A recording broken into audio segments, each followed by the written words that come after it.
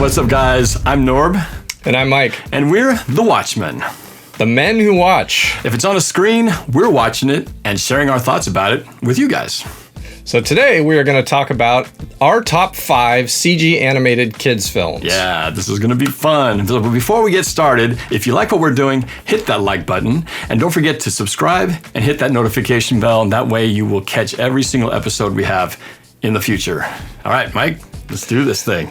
Okay, so we'll start with my top 5. And actually, my 5th movie is one that I saw with you. And it's about a green ogre. Do you know what that movie is? Get out of my swamp! Good choice. That's good Mike choice. Myers' impression there. That's Shrek, and I have that on my list as well. However, I have Shrek at number 2, but I had it ranked a little higher. But yeah, what did you like about Shrek at your number 5? Well, again, when I pick the movies on my list, I'm trying to pick something that not only is a good movie, but it also does something a little different or evolves the genre a bit. And Shrek is definitely that movie because it was unconventional and different. And one case in point to that is I remember so vividly being in the theater with you, Norb, and it was the part where the princess starts singing the really high notes and the bird starts basically expanding to a big balloon and then bang, just pops and dies. And I remember I said in the theater, I said, that is so wrong. And you responded and said, that is so right. That's right. I remember that. That was good. Yeah. So again, that was a moment that I thought, this is not just an animated kids film. This is different. And then you can just add how great Eddie Murphy was as Donkey. And again, what can you say? The movie spawned like 5 more and a musical. So yeah, that's my thoughts on Shrek. Yeah, Shrek was great. Yeah, Eddie Murphy was awesome. I remember it felt like he'd been kind of out of it for a while, I think, but then he came back and reprised his comic relief again in the Donkey character, which was great. But Mike Myers was just he was had so many great comedy hits at that time. But I think Shrek really put him up there as far as just kind of reaching out to the world. But he was great. He was the perfect cast. And, of course, Princess Fiona with Cameron Diaz. That was just a great combination. But it was just so, crude and unapologetic in its humor. And it just, every time, instead of doing what would be the sort of cliche or convention in normal animation, it went the other way and did something completely the opposite. That was what made it so funny. So yeah, good choice. And Lord Farquaad is John Lithgow playing that part is a short little man. Of course, just bringing on some funny short jokes. There are those who think very little of him. Men of his stature are in short supply. I love, too, just the fact that they pulled in all these different nursery rhyme characters, from the Three Pigs to Pinocchio. And so you had all these cameos from all these different characters, and they all had their own little unique spin on the nursery rhyme story brought into this modern, cynical, humorous version. So, yeah, that was great. So here's my number 5 is one that I know we both shared a special connection with, is The Croods.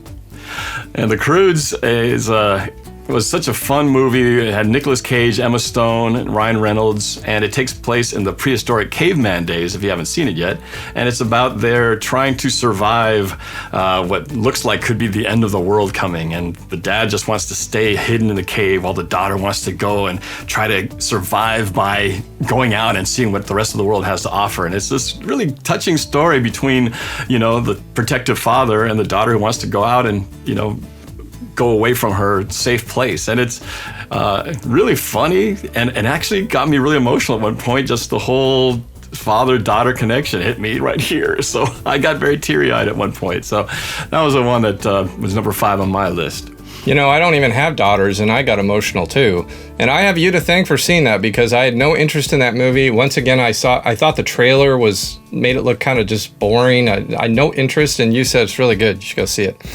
So I took my oldest son, Brett, and I remember thinking, this is so good.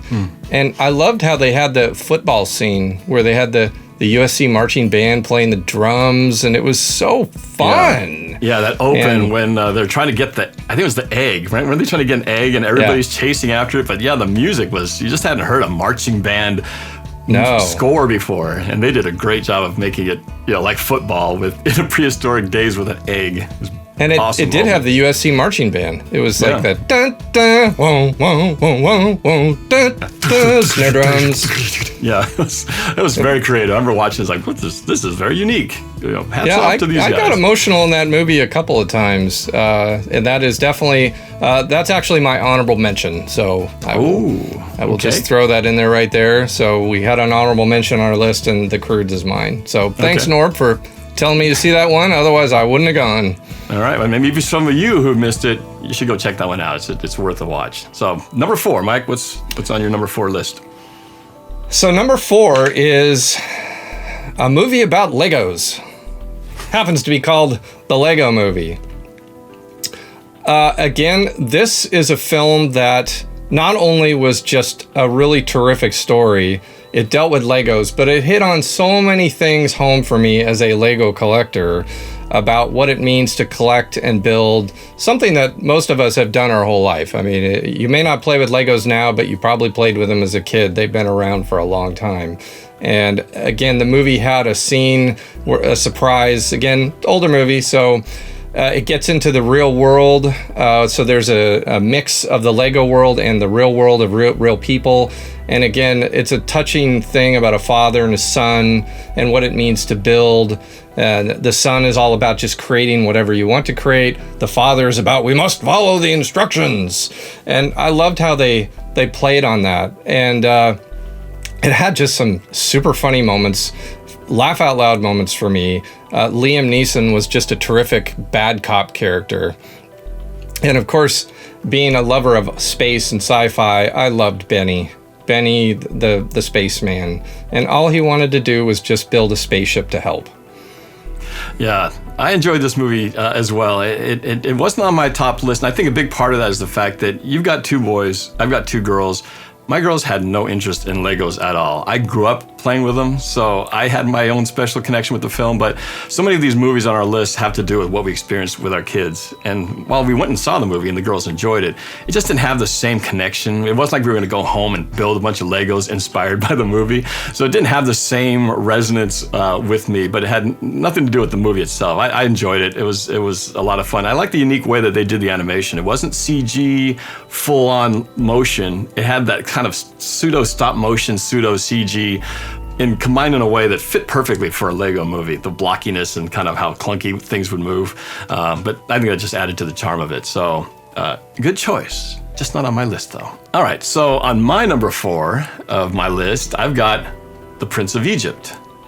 And this is a movie that it's fresh in my mind because we just watched it again with my daughters. They wanted to watch it, so we pulled it out and saw it. And this is a movie that kind of transcends both. It represents a time where I believe we saw this together back in our roommate days, back in when it came out a long time ago. And then I rediscovered it again later with my kids. And this is this is a really good movie because obviously it tells the story of Moses and the 10 Commandments and the slaves being freed from Egypt.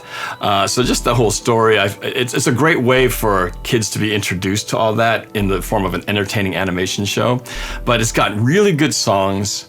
Val Kilmer plays Moses, and it's just it's funny as well. So it's a great way to tell this story out of the Bible, and it has a really cool scene in it where they depict how the Egyptians got rid of all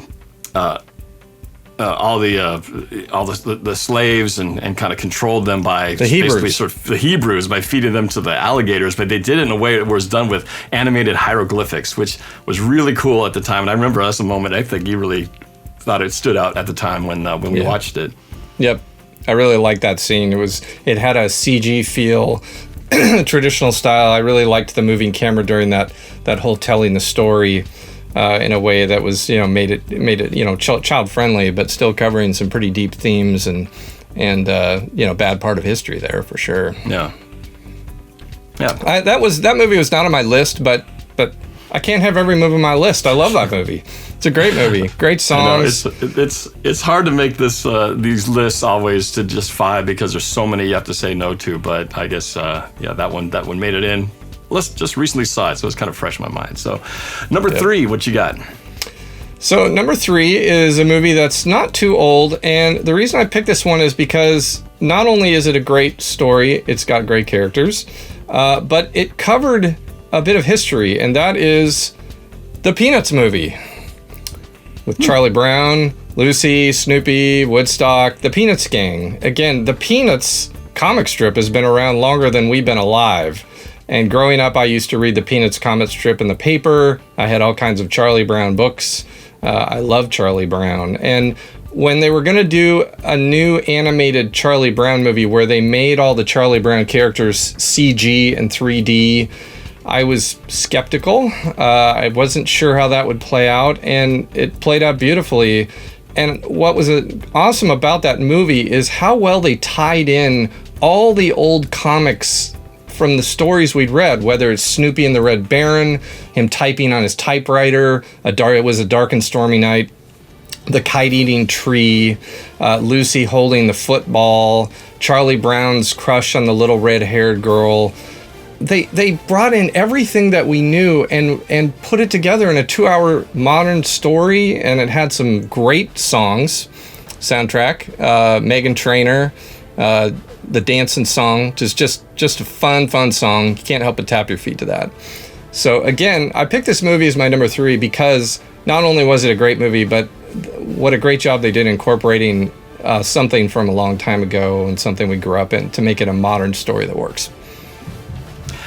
I saw this movie, I think I saw it in the theater, but I've only seen it once. And the thing about Peanuts growing up, I watched all the TV animated shows, read the comics, but these are one of these things where, again, for my kids, they never really connected with Charlie Brown. They watched a couple of those episodes, but they were just not as much into it. So we saw it, but this one came in and left like a blip on the radar. So there's not a whole lot I remember about this movie, to be honest with you, other than I thought. So let me ask you a question. Let me ask you a question real quick. Hit me the same way. Is what you're saying that if your kids aren't into it, you're not into it? Obviously not every case, but what it is that the movies that my kids really connect to, we obviously end up usually buying them and watching them over and over and over again. And that does have a lot to do with whether a movie has that long-lasting sort of connect appeal. And so, yeah, I mean, as much as they don't determine whether I like it, but if it is a show that they just love, by osmosis, I end up watching it multiple times as well. So, but even that movie, it wasn't one I went and watched and thought, oh, I need to take this home. It just didn't connect with me that way. So I enjoyed it. It was like, okay, I saw it. We're done.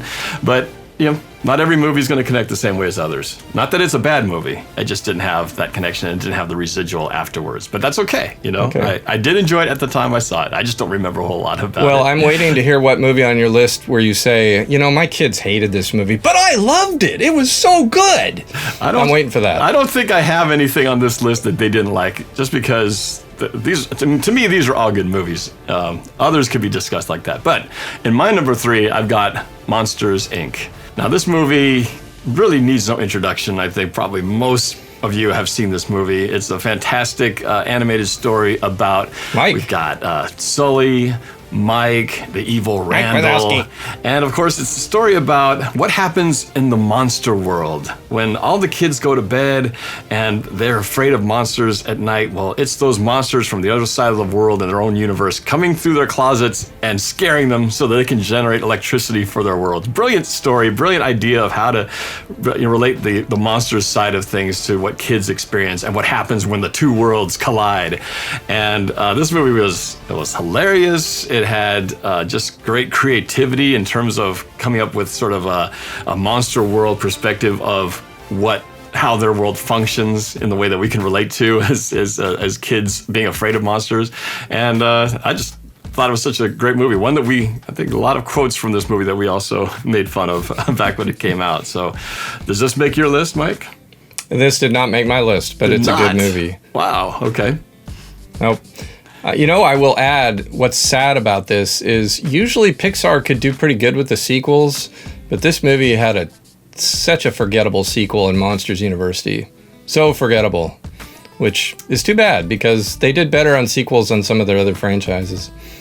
Yeah, I didn't dislike it as much as I think you did, but clearly did not hold up to what the first one was. The first one was great. The theme park ride they made out of it was great. But again, one that I've seen many, many, many times with my kids as well. So number 3 on my list.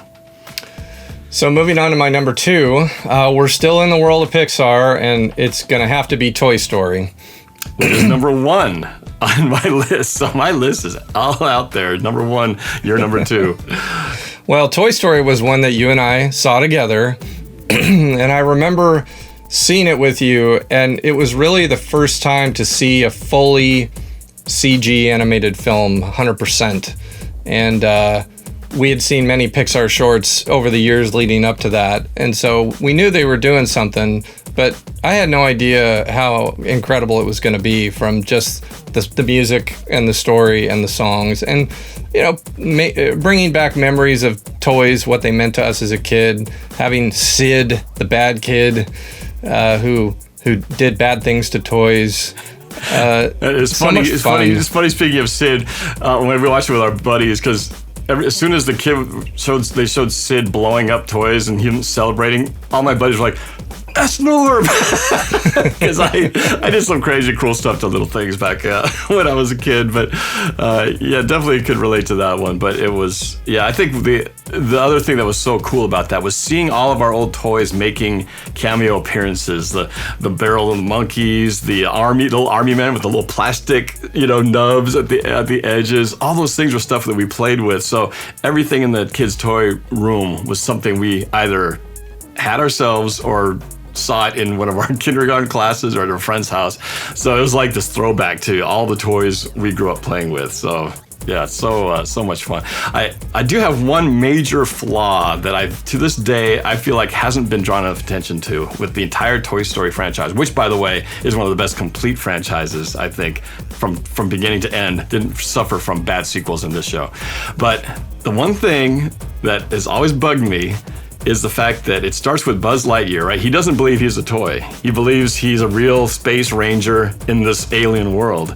But of course, the toys all know when the adults show up, "Oh, everybody stop moving," and they just freeze, right? And they go back into toy mode. Well, Buzz Lightyear doesn't believe he's a toy. However, every time an adult or somebody from the real world walks in, he also freezes. And he shouldn't, because he should think there's a big monster alien coming in. He should be trying to shoot it with his laser or something. But instead, he freezes too and acts like nothing's going on. And that really should never happen, because if you don't believe you're a toy, you shouldn't behave by the rules that the toys all follow in. It's always been one of those unexplained things that just subconsciously bugged me, but didn't affect the fact that I still love the series. Mike, am I crazy, or do I have a good point here? I can't argue with you. I think I just kind of accepted it as the rules of their universe. So, but I can't come up with a reason why. So, which means I'm right. For now. All right, well, my list is exhausted, so that leaves you with what's left. Number 1. I'm dying to know what this is. I bet you're really wondering. I bet you just have no idea what my number 1 could be. I thought I would have hit one already, but I'm surprised. I really don't know. Well, this is gonna, I think, make Norb do some thinking. But my number 1 is A Tale as Old as Time. True as it can be. Barely even friends. Then somebody bends unexpectedly. Beauty and the Beast, everybody. Now, the reason Beauty and the Beast is my number 1, there's a number of reasons, but Beauty and the Beast was actually the first, I believe, first or one of the first movies to combine traditional and CG. And since I know we'll do a top 5 on traditional, but as far as a top 5 on when they were combining, that would be hard to do, because it was really just a transitionary period in animation. And Beauty and the Beast used 3D animation for parts of it, like the chandelier ballroom scene. The entire background was done in CG. The Be Our Guest song number, the plates and forks and dancing around, those were all CG too. They were made to look like hand-drawn, but they were actually CG 3D objects used with a computer. And so Beauty and the Beast not only is a great movie, but I believe it's an important place in our history because of that transitionary period, not just actually with this computer graphics themselves, but actually I also feel in the songwriting. Howard Ashman and Alan Menken were a new songwriting duo for Disney at the time. They'd done Little Mermaid, and Beauty and the Beast was their second. But I remember when I was watching this movie, the Gaston song, there's a line where LeFou says, "Not a bit of him straggly or scrawny," and Gaston says, "That's right, and every last inch of me's covered with hair." And he opens up his shirt to reveal all this chest hair. And I remember thinking, this is not the old Disney I grew up with. They would never have a line like that in Cinderella or Snow White. So to me, Beauty and the Beast represented a transition also in animated storytelling. And I thought that was a hilarious line.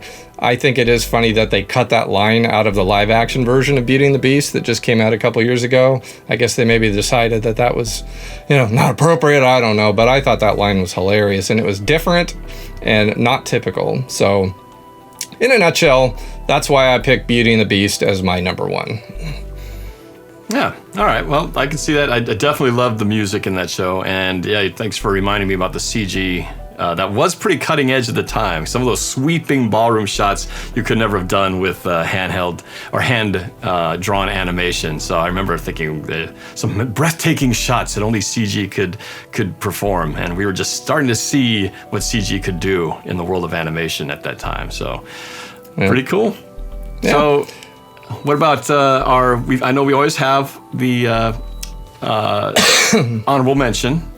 Which I've already... Mine was The Croods, so... Oh, that's right. So it's, you can finish out with your honorable mention.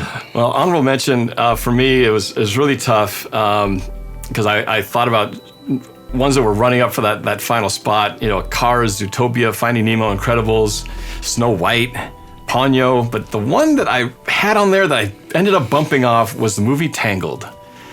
Tangled was another movie which, again, it's not normally kind of put at the top of one's list when they think of princess movies. But for me, it was one of my favorite of all the princess movies. Great music, great characters, and the story at the end, when it all wraps up, got the waterworks going for me. Again, it was one of those ones I could probably watch over and over, and that scene near the end always gets me. And it just... anytime a movie can get me like that, it's always got to put it up there. So it didn't quite make top 5, but it was my honorable mention, the movie Tangled. So that's it for the list of the animated movies. But now I'm looking forward to your surprise here. What you got? Okay, so my surprise is based on one of the movies in my top 5. Since the Lego Movie was my number 4, I felt it appropriate to briefly talk about my love of Legos in honor of this film. And so, being someone who's been into Lego since he was a kid, I have 2 Lego sets to share with you. The first is, this is actually the very first Lego set I ever owned. From the late 70s, the Galaxy Explorer, and you can even see the the $29.99 Fred Meyer price tag. What a deal. But this represents the old Legos from the late 70s. They're a lot different these days. But what I thought was cool about this is, in the Lego Movie, my favorite character, Benny, of course, the spaceman, the whole time he wants to build a spaceship. And he keeps saying, "Can I build a spaceship?" And they'll say, "No, no, no." And at the end they said, "You know what, Benny, you can build it." And he goes, "Spaceship!" And he goes bananas, and he builds this amazing spaceship. And then he just keeps screaming over and over, "Spaceship! Spaceship! Spaceship!" And it is so funny. And so what's great is they came out with actually Benny's spaceship for the actual Lego movie sets that were tied into the film. Nice. And you can see Benny right there. He is so happy. And that's what he was like the whole movie. And he finally got to build a spaceship. And what I think is cool about this ship is they kept the elements of my old Lego space and things like that artwork there. But this is just, to me, what ties everything together in my life for Legos and space. So with that is the surprise of the show. All right. That's pretty cool, man. Well, that wraps up our All he top can say is 5. pretty cool. That's all he can say. Well, you said it all, and I don't have any Lego sets. He has no Legos, so he can just say, that's pretty cool, man. It's pretty sad. Next. It's a world that I don't get to tinker with. But this wraps up our top 5 CG animated kids movies. If there's a movie or a TV show or anything that you'd like us to talk about in a future episode, please say so in the comments. I'm Norb. And I'm Mike. And we are The Watchmen. The Men Who Watch. We'll see you next time. Thanks for watching The Watchmen. Please click on here to watch other episodes, and be sure to hit that like button too. And please subscribe and hit that notification bell. That way you'll always be alerted to any future episodes. It really helps us out, and we appreciate it. We'll see you next time. And remember, we'll be watching.